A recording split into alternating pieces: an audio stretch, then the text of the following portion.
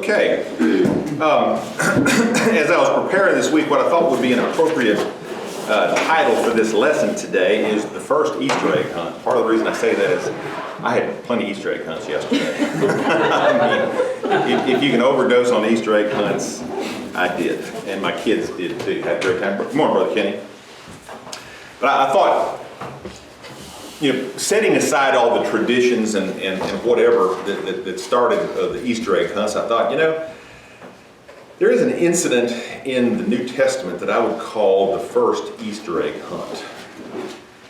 And you think, well, where is that? And I'll submit to you that it's that strange story that happens at the end of the Gospel of Luke in chapter 24. You know the story. After the crucifixion and after the resurrection, two guys are walking on the road to Emmaus, right?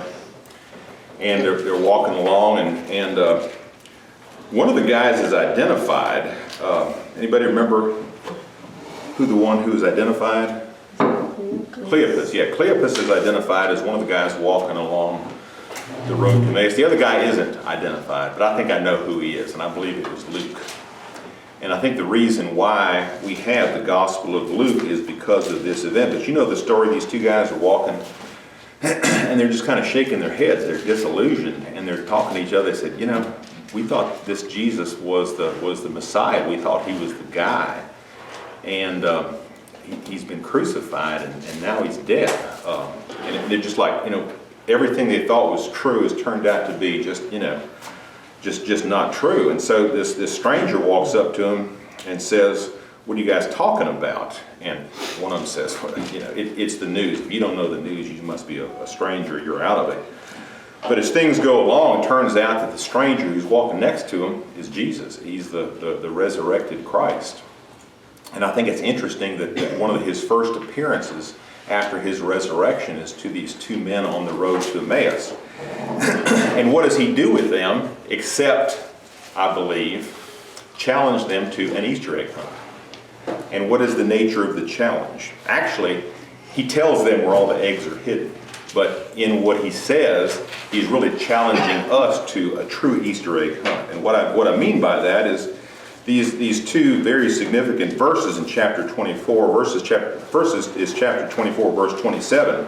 And it says, "And beginning with Moses and all the prophets, he explained to them the things concerning himself in all of the scriptures." So what he says is, all these scriptures that you thought you understood, these Old Testament scriptures, guess what? They're about me.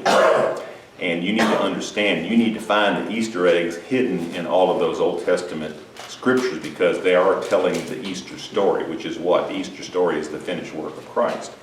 Then he goes on to say, after another appearance, in verse 44, when he's meeting with the disciples, and he says, "These are my words which I spoke to you while I was still with you, and all these things that are written about me, in the law of Moses and the prophets and the Psalms must be fulfilled." And then he opened their minds to understand the scriptures.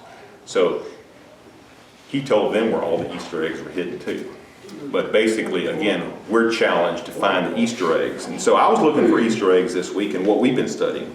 And I think that it's no coincidence that we have, in my view, one of the most significant portrayals or foreshadowings and foretellings of the Easter story in the Old Testament in what we've been studying. Now, we touched on a bit of it last time, but I'm going to submit to you that the Easter story is portrayed very clearly in what I've written up there on the board, Joseph's three garments. And we're going to talk about that in detail, and I want you all to help me find the Easter eggs that are hidden in Joseph's garments, because they are there. We start off, let's review what we talked about last time. The first garment we talked about last time was what? Coat of many colors? Yep. Everybody knows the story of Joseph's coat. Many colors. And again, correct me if I misspell, because I typically do that. And I think we noticed last time that different Bibles, different translations have different names for the coat of many colors. If you look in chapter 37, verse 3, mine says, now Israel loved Joseph more than all his sons because he was the son of his old age, and he made him my translation says, a vari-colored tunic. What does yours say? Ornate robe. An ornate robe. Who's got a different Richly word? ornamented. Richly ornamental. Who's got something else? The word is written in the Hebrew is Ketonet Pasim, K-E-T-O-N-E-T and P-A-S-S-I-M. And there are many different translations to it. None are particularly wrong. I think every one that was spoken here is a valid translation. The three most common translation of that Hebrew word would be a vari-colored tunic, or a richly ornamented tunic, or more specifically, the tunic that's referred to is different from other tunics in that it is a full-length tunic. In other words, it goes all the way from the neck down to the ankles, and it has long sleeves. Now, there were very different types of tunics at the time. Some of them had short sleeves, and some of them were just kind of, mini skirt length. But this is portrayed as a full-length tunic. Basically it covers the whole body. So it's a whole body tunic, if you will. Maybe even have a hood on it. It's also a richly ornamented tunic, and it also is said to be a vari-colored tunic containing the colors of the rainbow. But the most significant thing is that it was different and in a better way than all of the others. And it was intended to convey a bestowal of special favor. So in this rather strange story of Joseph's coat of many colors, we have the first portrayal of the Easter story. And so what do you think the coat of many colors in this story represents? We talked about it last time. Okay. We'll talk about it some more. You're going to get it. Would it be, could it be that salvation would be for everybody? Well, that's the ultimate outfall of it, but I think the representation, or what is to be portrayed by the coat of many colors, is much more specific than that. But hold that thought, because that's not wrong. Okay, let's read chapter 37, verses 3 through 9. Jeff, would you want to start reading?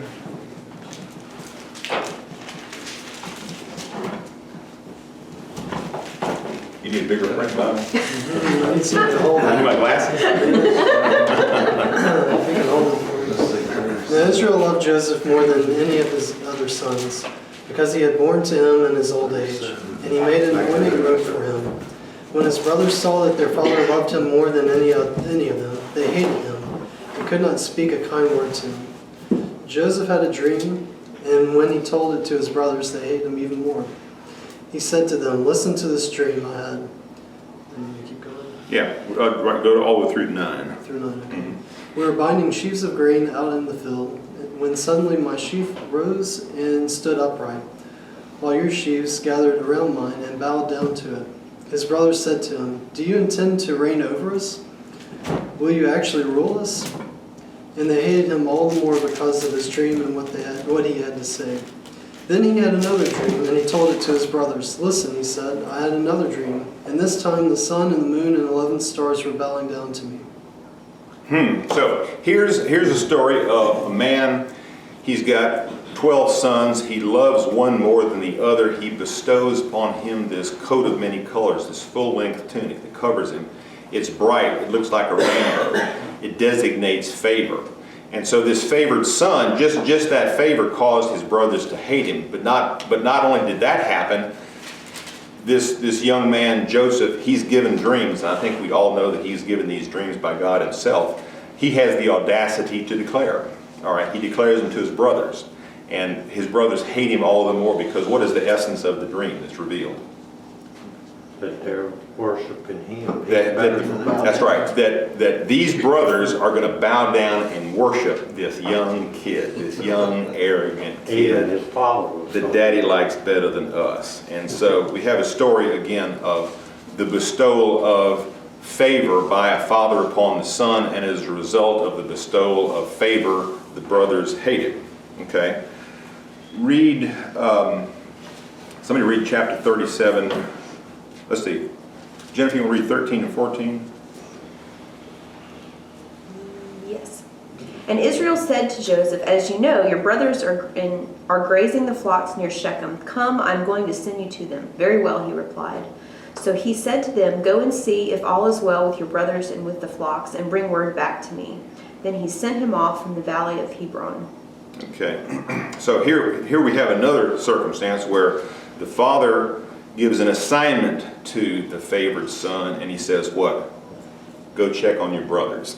Because they have gone to a place, particularly they've gone to Shechem, which we know from history is a place of sin. So he knows that they're venturing towards sin, the father does, and so he sends his son on a mission.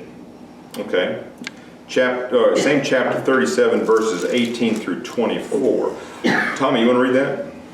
18 through 24. Yeah. But when they saw him coming, recognized him in a distance, they decided to kill him. "Here comes that master dreamer," they exclaimed. "Come on, let's kill him and toss him in the well and tell Father that a wild animal has eaten him. And then we'll see what will become of all his dreams." But Reuben hoped he spared Joseph's life. "Let's not kill him," he said. "We'll shed no blood.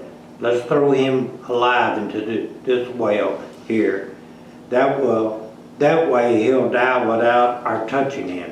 Reuben was planning to get him out later and return him to his father.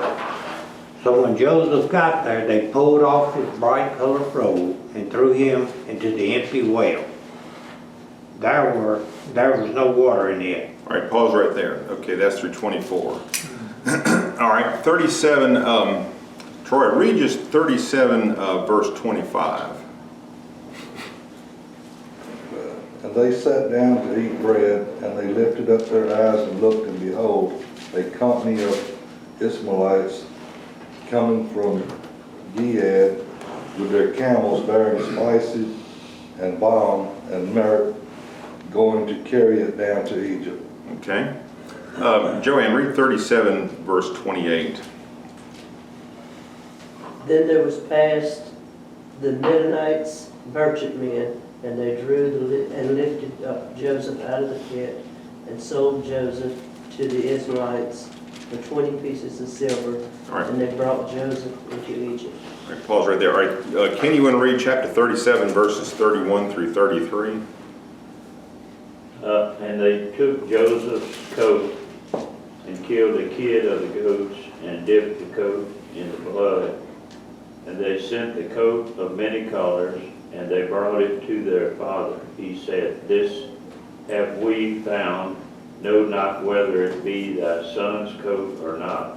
And he knew it, and he said, "It is my son's coat." And evil beasts hath devoured him. Joseph is without doubt rent in pieces. All right, pause right there.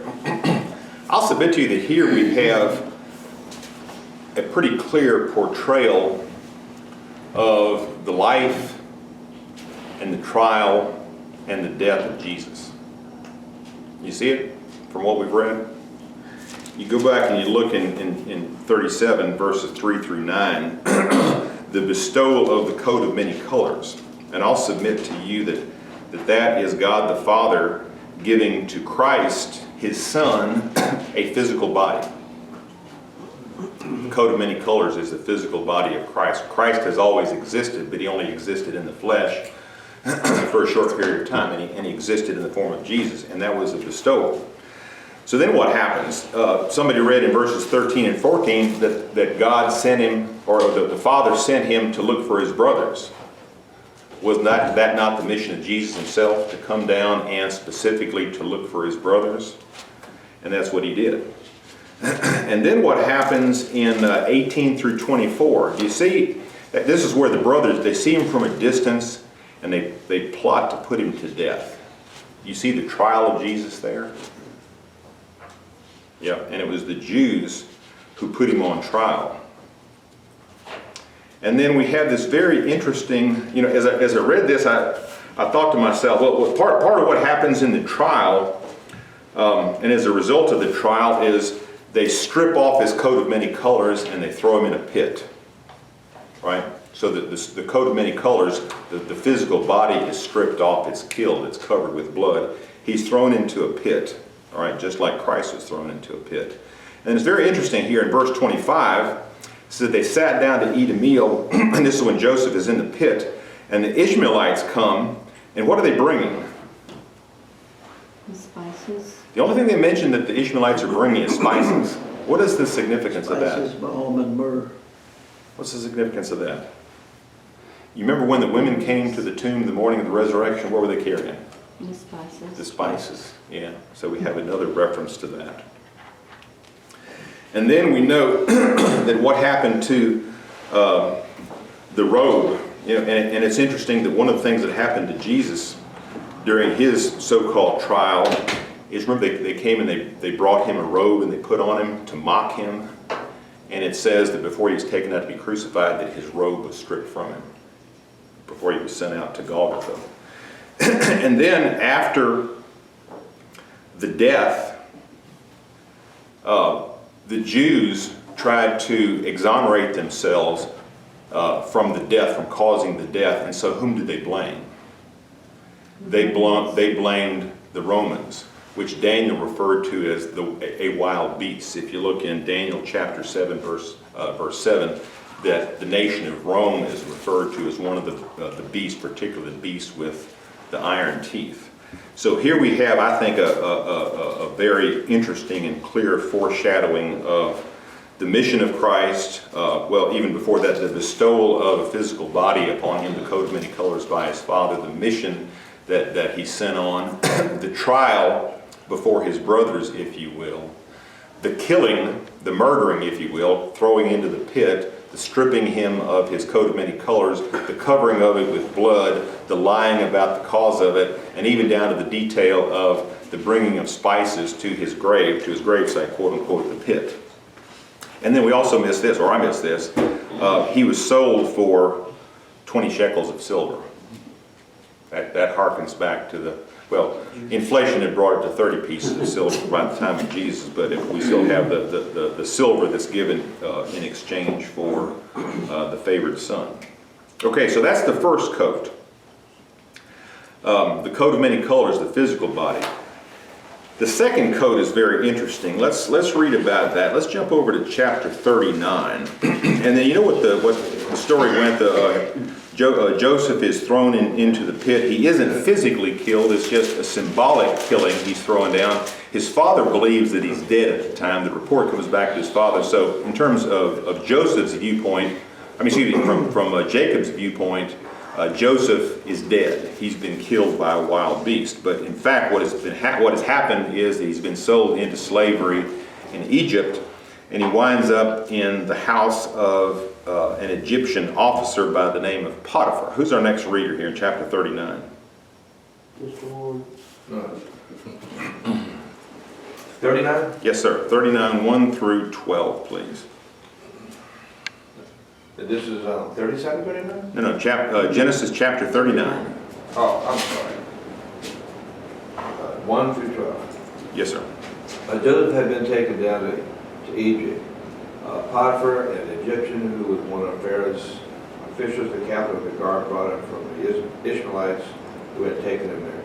The Lord was with Joseph, and he prospered, and he lived in the house of the Egyptian master. When his master saw that the Lord was with him, and that the Lord gave him success in everything he did, Joseph found favor in the eyes and became his attendant. Potiphar put him in charge of his household, and he entrusted to his care everything he owned. From the time that he was in charge of the household and all that he owned, the Lord blessed the household of the Egyptian because of Joseph. Blessing of the Lord was on everything Potiphar had, both in the house and in the field. So he left Joseph's care, everything he had, with Joseph in charge. He did not concern himself with anything except the food he ate. Now Joseph was well built and handsome, and after a while his master's wife took notice of Joseph and said, "Come to bed with me." But he refused. "With me in charge," he told her, "my master does not concern himself with anything in the house. Everything he owns is entrusted to me, to my care. No one is greater in this house than I. My master has withheld nothing from me except you, because you are his wife. How then could I do such a wicked thing and sin against God?" But though she spoke to Joseph day after day, he refused to bid her, and her even be with him. One day he went into the house to attend his duties, and none of the household servants was inside. She caught him by his cloak and said, "Come to bed with me." But he left his cloak in her hand and ran from the house. Pause right there. Okay, so we have the second reference to a garment of Joseph. And the second one we might refer to as his, since he's been killed, we could call this his grave clothes, or his slave clothes.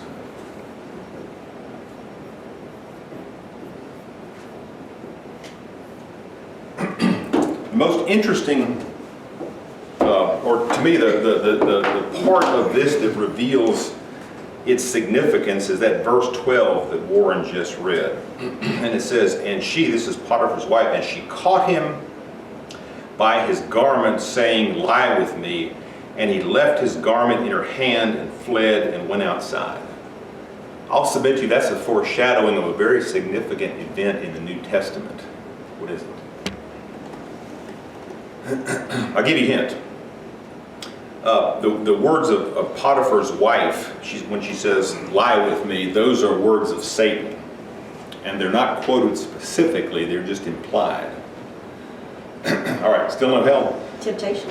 I'm going to tell you exactly where this occurred. Okay, it occurred at B4. Now, you think I'd think What's that? We can't see before. B1, this A, B, C, D. Could be four. B4 is right You didn't tell me here. the code. No, you didn't give. You didn't tell me when this code. It's implied in the text. Not on the board.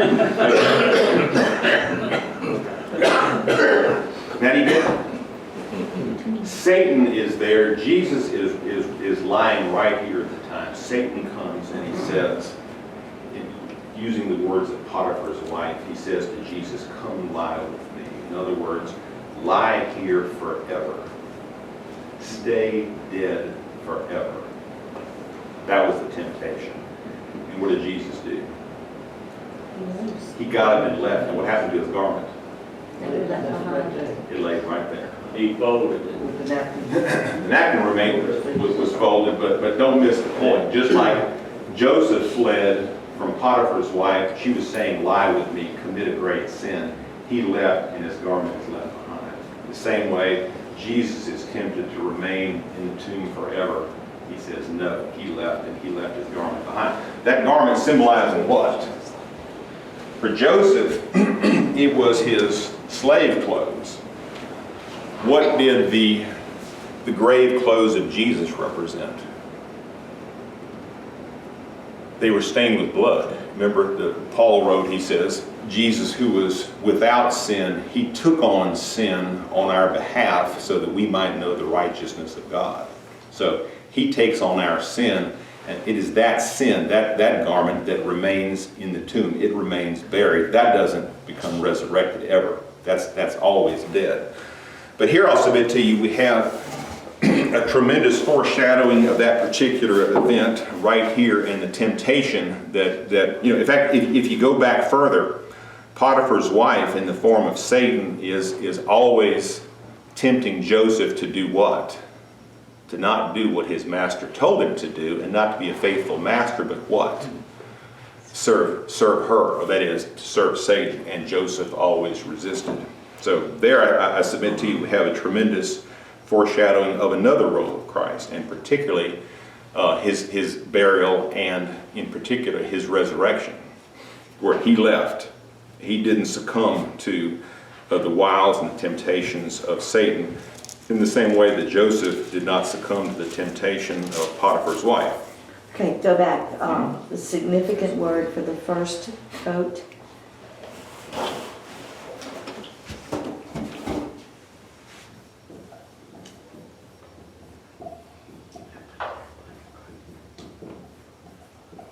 And the second one too, please. You tell me, what is the second one significant of? Sin. Sin is Jesus' shroud, his burial shroud, right? But it is our sin that he took to himself, right?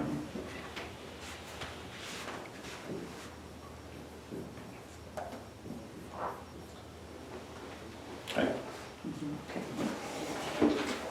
And indeed, that is the whole significance of Easter, isn't it? We are buried with Christ. We are raised to walk in newness of life. We're raised to walk not in the old blood-stained clothing, but in the white garments. Okay. Now from there, any other questions about that? Any other comments about that? I don't pretend that I found all the Easter eggs. Just like with my grandkids, I missed some Easter eggs. So if I miss some, y'all tell me where they are. But go back and you'll read them. Maybe you'll find them later on. So he had more faith than Adam, Who's that? Joseph. Oh yeah. You sure more faith than Adam? Adam failed to. Absolutely. You know, and it's very interesting as you bring that up, Kenny. Joseph was not of the lineage of Christ, was he? But he is, as well as any Old Testament character, portrays the nature of Christ, doesn't he? And I think he is a foreshadowing of Christ. Why he isn't the same lineage, I don't know. Because we see that his brother Judah, who is in the line, you know, he was a scoundrel and a scallywag. I mean, he doesn't really portray any favorable characteristics. Certainly not those of his brother. You know, why God chooses to reveal himself and his character this way, I don't know. Well, but it's there. It almost looks like he chooses scallywags to prove that he's in control. Thank God for that, huh? Yeah. Yeah, because he's chosen all of us, hasn't he? He can have. And I'm not pointing the finger at anybody else, but there's some scallywags here who are going to remain unnamed. And your point, just look for that thumbs. There's some scallywags. You just have to step aside. That's right. Okay, all right. So that's 2 out of the 3 coats. Where is that third coat so that my lesson can be made complete? We're going to have to skip over some stuff. We're going to come back to it. You know the story of what happened to Joseph after he flees from Potiphar's wife. Potiphar's wife rats him out. Potiphar has him thrown into prison. Remember that? While he's there, he prospers even in prison. I mean, the chief guard of the jail puts him in charge of everything. And after he's been there for a while, 2 of the Pharaoh's servants come, his chief butler and his chief baker. They're thrown into prison. Those 2 guys have dreams. They don't know what they mean. They announce their dreams. Joseph says, I know what your dream means. He says to the butler, what it means is after 3 days, you're going to be raised up and you're going to be restored. And to the baker, he says, the news is not so good. After 3 days, Pharaoh's going to come and hang you. But he tells the butler, he says, look, when you're restored, I want you to remember me to Pharaoh. So after 3 days, guess what happens? They come get him. The butler is restored. The baker is hanged. The butler forgets about Joseph. But then Pharaoh has a dream, and you remember his dream. First, he dreamed that he saw 7 very good-looking cows come up out of the Nile River. And then he says he sees these 7 really, scroungy-looking cows come up out of the Nile River. And the scroungy-looking cows eat the fat cows, but the scroungy cows don't look any better. They look as scroungy as they did before. And then after that, what does he see? He says he sees 7 fat ears of corn. And then he also dreams about, in his dream, there's 7 really scroungy-looking ears of corn come up and they eat the fat ears. But they don't change either. And the Pharaoh's troubled by his dream, and he calls all his magicians together. He says, who can interpret my dream? And they say, we don't know. And so the butler says, you know what? When you threw me in prison, there was a guy there that heard my dream. I told him my dream, and the baker told him his dream, and he interpreted him, and what he told us exactly came through. And Pharaoh says, who is that guy? He says, well, this dude, Joseph, comes from some foreign place. Pharaoh says, bring him to me. So Joseph comes to Pharaoh, and Pharaoh says, I've had a dream, and I hear you can interpret it. Joseph says, I can't do anything. God can interpret dreams, but let me hear your dream anyway. So Pharaoh tells him the dream. And Joseph said, you know what that means? He said, your two dreams are the same. What it means is here in Egypt, we're going to have 7 years of tremendous prosperity. And as soon as those 7 years of prosperity are over with, then there are going to be 7 years of famine come on us. And those 7 years of famine are going to be terrible. So what you better do, Pharaoh, is you better put somebody in charge of your kingdom so that during those 7 good years, that you can build some storehouses, and you can take your excess crops and you can put them into a storehouse. And so after the 7 good years and the famine comes, then people have something to eat. And the king says, wow, he says, that's good advice. He says, but who could do a better job than you, Joseph? And so he makes Joseph the second in command. And so let's look at his commissioning. That's in, let's see. 41. Genesis. Thank you.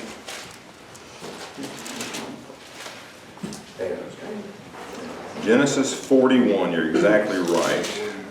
Verse 41. Yeah, verse 41. All right, who's our next reader? Is that you, Sarah?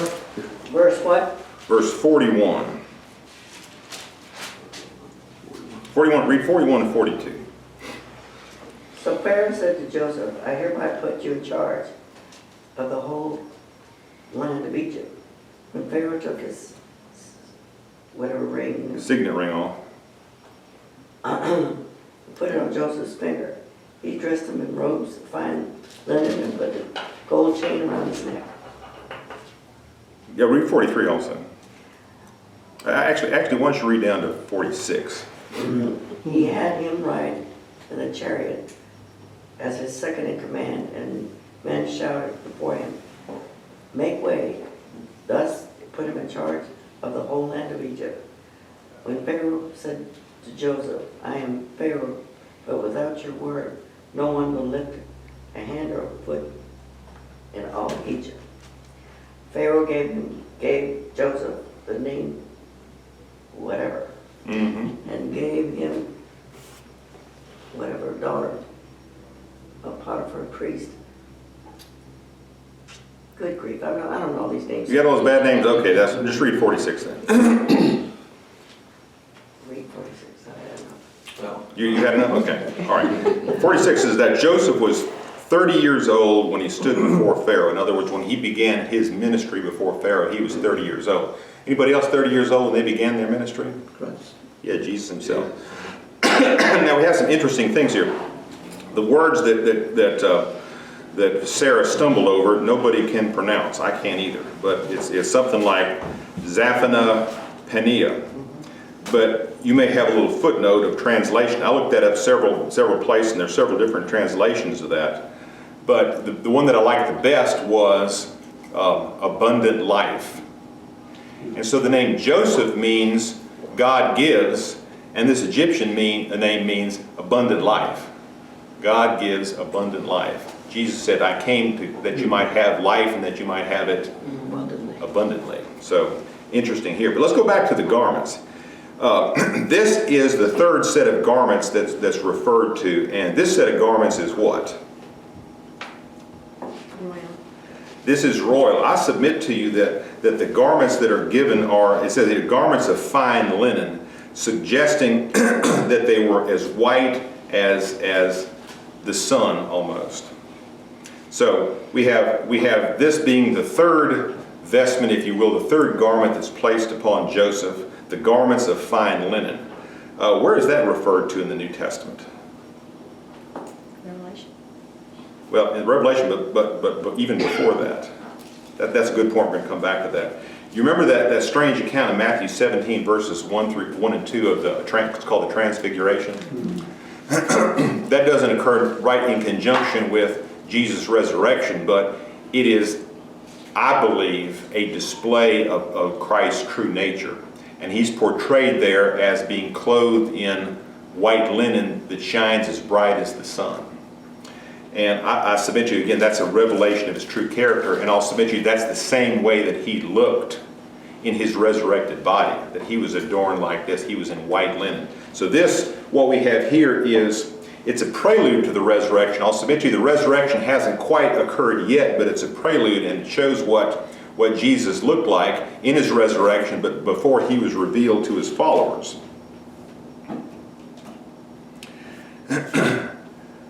That takes us to something else that's quite significant here. The actual resurrection, if you will, is portrayed in chapter 45.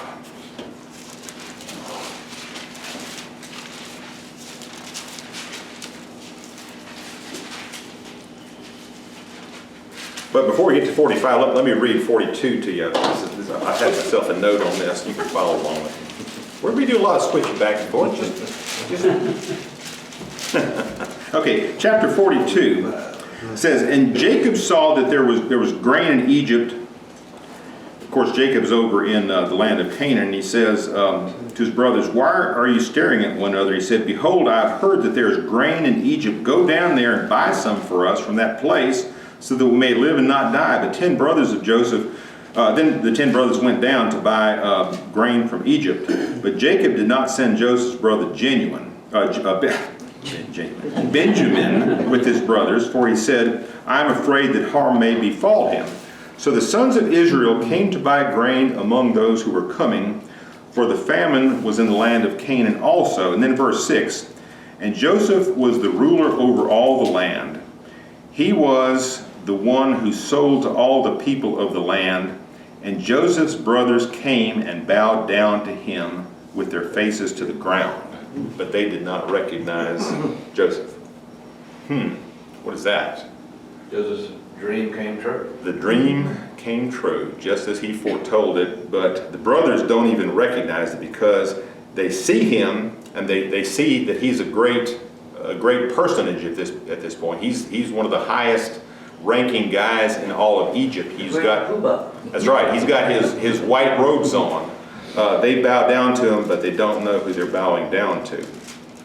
And so you know the story. Joseph plays a little game of cat and mouse with him for a while. He gives him grain, he hides a silver cup in, he sends them away, hides the money back there, holds one of them hostage for a while. We're going to read about all that later on. But let's get over to chapter 45, because this is really the culmination of the resurrection story. Who's our next reader? Is that you, Terry, chapter 45? Yes. Would you read 1 through 8 for us, please? Then Joseph could no longer control himself before all his attendants, and he cried out, have everyone leave my presence. So there was no one with Joseph when he made himself known to his brothers. And he wept so loudly that the Egyptians heard him, and Pharaoh's household heard about it. Joseph had said to his brothers, I am Joseph. Is my father still living? But his brothers were not able to answer him because they were terrified at his presence. Pause right there. Can you imagine that scene? These guys are standing there, and here's the king or the vice king standing in front of them, and it's their brother, the very guy that they had thrown into the pit. What do you think they're thinking right then? They're thinking their lives are not worth anything. Absolutely. That's exactly right. They're thinking we are worthless. He knows what we did, and we have been found out, and we're about to get exactly what we deserve. He's got the authority to do it. And he's got the authority to do it. Read on. It's kind of a sinking feeling. Yeah. Yeah. Then Joseph said to his brothers, come close to me. When they had done so, he said, I am your brother Joseph, the one who you sold into Egypt. And now do not be distressed, and do not be angry with yourselves for selling me here, because it was to save lives that God sent me ahead of you. For 2 years now, there has been famine in the land, and for the next 5 years there will not be plowing and reaping. But God sent me ahead of you to preserve for you a remnant on earth, and to save your lives by a great deliverance. So then it was not you who sent me here, but God. He made me father to Pharaoh, Lord of his entire household and ruler of all Egypt. Pause right there. I'll submit to you that this is one of the most profound aspects of the resurrection. Jesus comes back. And when Jesus came back at the time and appeared to his brothers, the Jews, they should have had that same sinking feeling, right? And we're going to talk about this. This really portends another future event. But the real beauty of this is Jesus comes back in the form of Joseph here. He's portrayed in the form of Joseph. And he confronts the very ones who have put him to death. And what does he say to them? Not off with your head. He says, don't be grieved. Don't be angry that you sold me here. He said, for God sent me here to preserve life. And specifically to preserve your life. And he says, he sent me to preserve a remnant in the earth and to keep you alive by a great deliverance. He said, in fact, it wasn't you who sent me here. You thought it was you who threw me in the pit, but no, it was God who threw me in the pit. The same way Jesus would say, it wasn't the Jews or the Romans who nailed me to the cross. It was my own Father who nailed me to the cross. And then we have the resurrection story completed in verses 24 through 28. Kathy, would you read that for us? Same chapter. Yeah. 24. Then he sent his brothers away, and as they were leaving, he said to them, don't quarrel on the way. Pause right there. How profound is that? He said, you bunch of scoundrels and scallywags, I know what you've done, but don't quarrel with your brothers on the way. Just go in peace. Read on. So they went up out of Egypt and came to their father Jacob in the land of Canaan. They told him, Joseph is still alive. In fact, he is ruler of all Egypt. Jacob was stunned. He did not believe them. But when they told him everything Joseph had said to them, I'm sorry, my glasses, I don't see them. And he saw the carts Joseph had sent to carry him back. The spirit of their father Jacob revived. And Israel said, I am convinced my son Joseph is still alive. I will go and see him before I die. So here we have the story of the resurrection completed. His brothers who would have put him to death and who indeed thought he was dead, they see him arise, so to speak, from the grave. And the father even gets word, and he believes that his son Joseph, whom he was told was killed by a wild beast, that he has risen from the dead. So here we have the story of the resurrection portrayed. But here's the real bonus material that you find in this. That we know from our study of the scriptures, and particularly Revelation that Jackie talked about, that even the Easter story itself, as wonderful and as complete and as profound as it is really a foreshadowing of the end time, the ultimate end time. And we see that itself portrayed in this story to show you how complete this Old Testament story is. And in order to appreciate that, I want you to visit back what we studied a few months ago in the book of Revelation. We know that after the church is raptured and taken up, we enter the time of great tribulation. And how long does the tribulation last? 7 years. 7 years. And we see from Revelation chapter 6, verses 5 and 6, that one of the seals that's broken and released during the time of the tribulation is famine. So the 7-year period of tribulation, one of the characteristics of it is a time of famine. What is the most significant thing that happens to the Jews during the time of tribulation? Somebody look at Revelation chapter 7.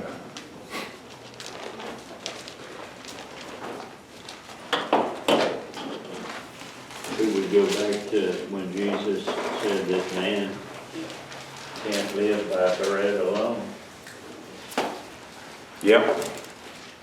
That's a good reference to that. But here we're talking about the Jews, what significant thing happens to the Jews during the tribulation? What do we know about the Jews right now?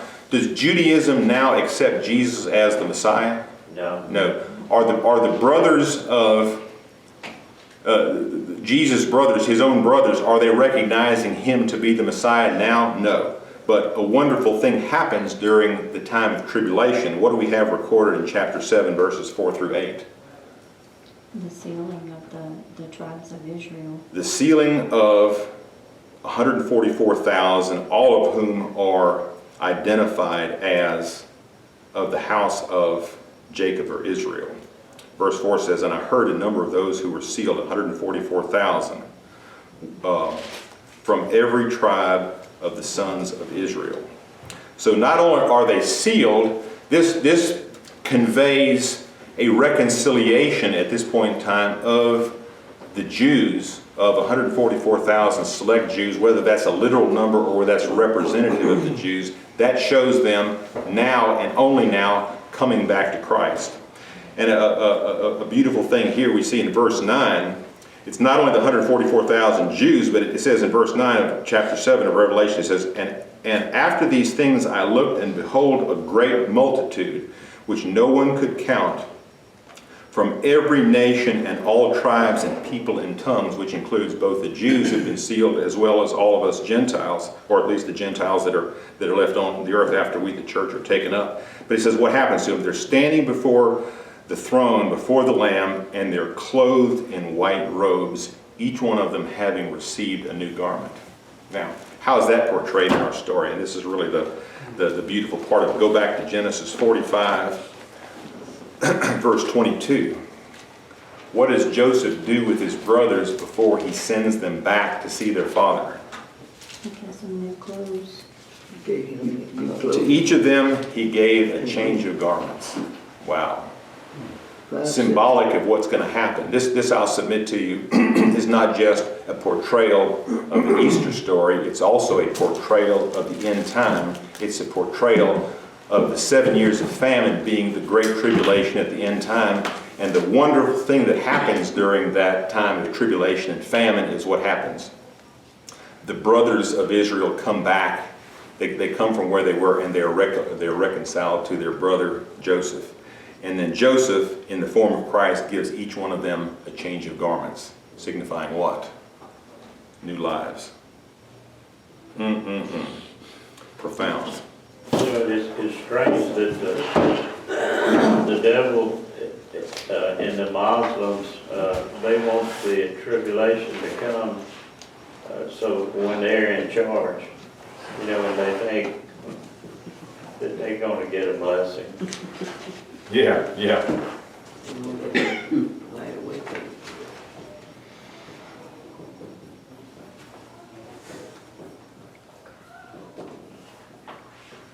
Resurrection. One R? One S? Yes. 2 R's? 2 S's. Where are we on, I think? Let's see, there's back. 1 R, 2 R's? 1 R. 1 R, okay. Thank you.